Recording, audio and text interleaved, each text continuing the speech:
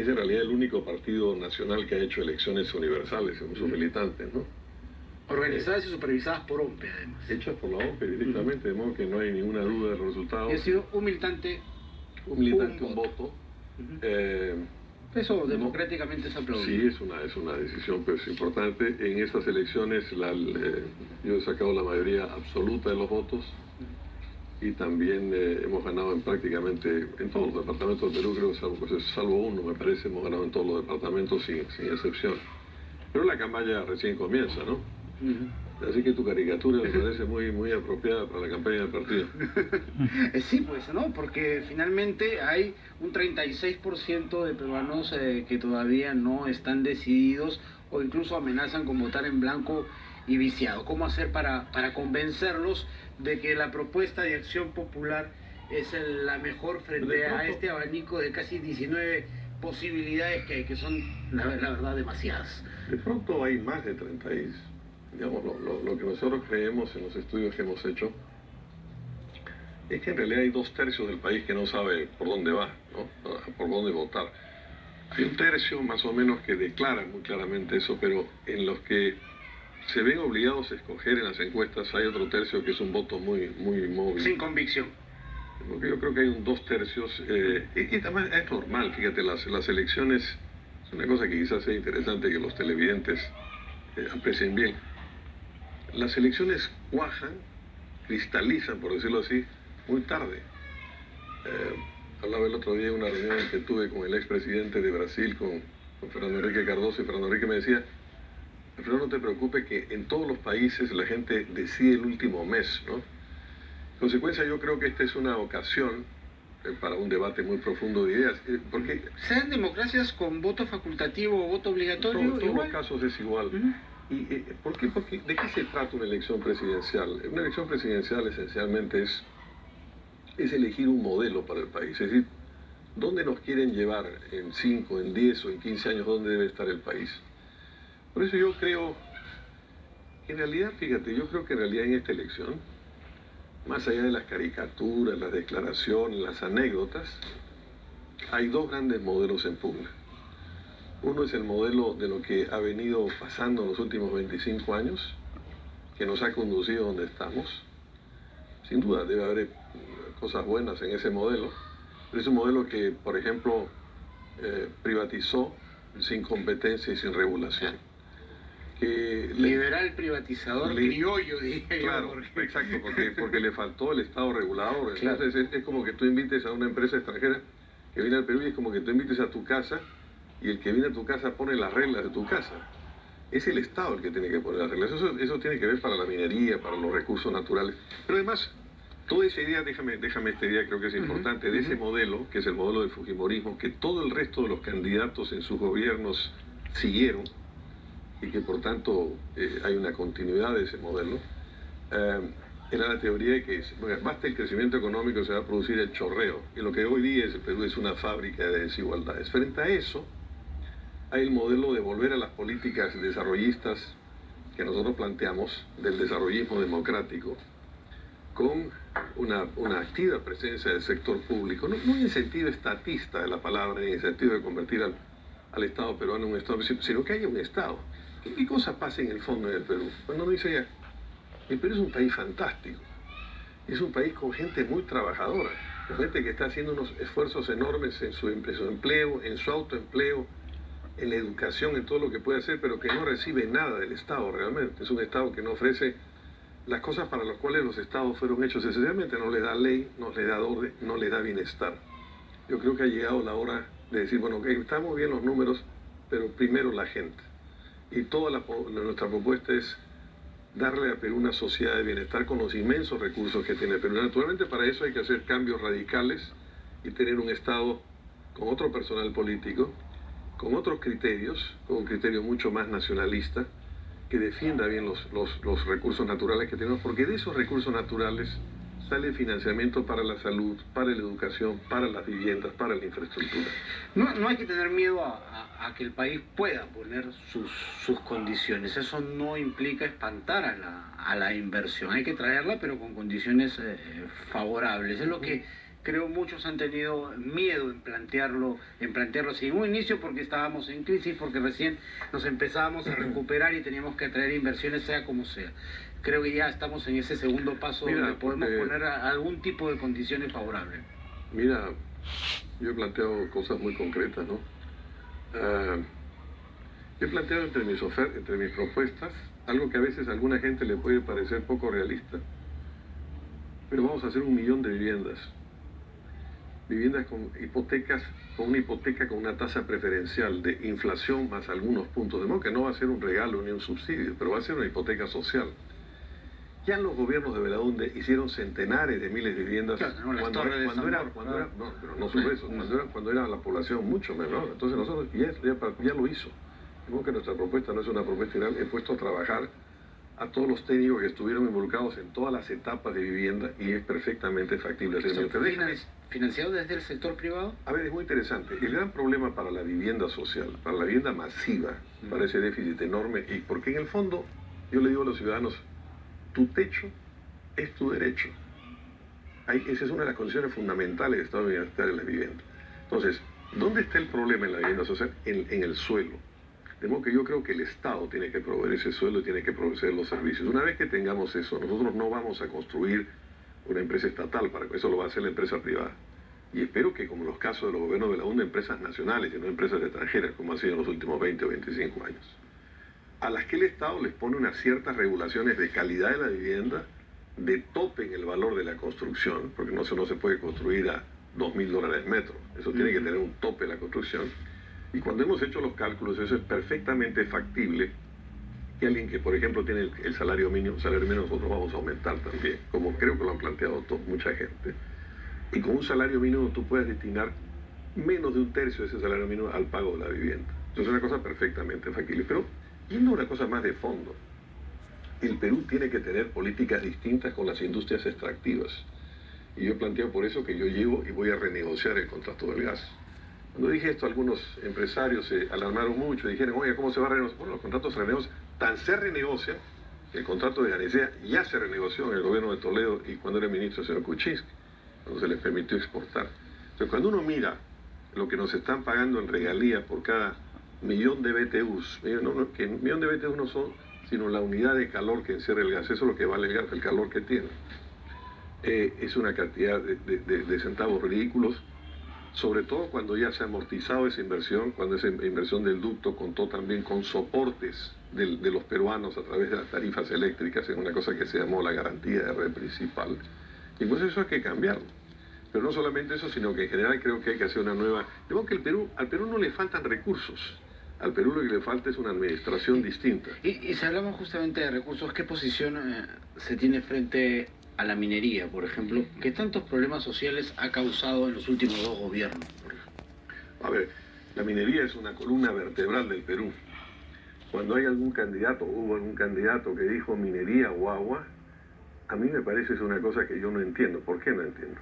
Cuando se producen conflictos, vamos a por ejemplo concretos, en Conga, que es en Cajamarca, o en Tía María, que es en Arequipa, y surgen problemas que surgieron por el agua, uno dice, oye, a ver, alguien está loco acá, porque detrás de Cajamarca está el Marañón, o detrás del Tía María está el Titicaca, donde todos los días se evapora más agua de la que está llegando por todos los ríos juntos de los 3 departamentos del sur del Perú.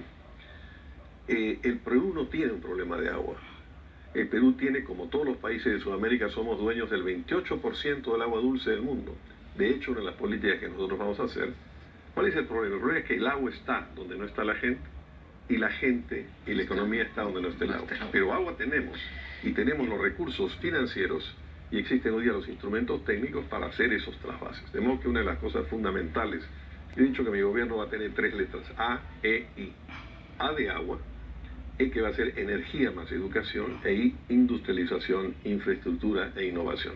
Pero agua podemos ponerle inundar Cajamarca de agua. Y de hecho lo que es absurdo es que no haya un Estado central que fiscalice bien a las empresas y miopías de empresas extranjeras que quieran tomarse una laguna en lugar de una solución al agua. Pero no hay. Pero déjame, creo que no he contestado con claridad y quiero ser muy enfático. La minería es una columna vertebral del Perú. ¿Es el salario del Perú en esto? Bueno, justamente la frase que usas tú es muy interesante porque fue precisamente la que el expresidente de Chile, Salvador Allende, dijo, incluso antes de ser presidente, dijo: el cobre es el salario de Chile. Anda, dile a los chilenos que no exploten el cobre. Claro, va a Chile, dile que se pelee ¿De dónde financia un país que no tiene recursos? En consecuencia, es completamente absurdo matar la gallina. Claro, esto no significa... El problema es que se deja la empresa minera sola y el Estado, chao. Otra vez volvemos al problema en el que estamos, que falta Estado, falta una nueva dirección política, falta una visión. Claro, se deja la minería, a la empresa minera peleando sola. Por eso es que una de las cosas que digo también, eso me presta, esta pregunta tan interesante tuya me permite decir lo siguiente. Yo soy partidario de explotar las materias primas porque esas son una ventaja comparativa, pero no solo la minería, la agricultura o la forestación, los grandes bosques que tenemos en la Amazonía. Yo he planteado un fondo Humboldt en homenaje al gran científico alemán, viajero alemán de principios del siglo XIX que descubrió tantas cosas, la corriente de Humboldt, el Niño, etc. Es un fondo que tendrá aportes del presupuesto público, aportes de las regalías de hidrocarburos, pero vamos a salir a pedir plata internacional que hoy día va a empezar a ver para bosques y para forestación, porque hoy día en el mundo existen subsidios a los combustibles fósiles de unos 500.000 millones de dólares al año, que después del Acuerdo de París logrado hace pocas semanas va a desplazarse a energías renovables y va a desplazarse a manejo de bosques, entre otras cosas.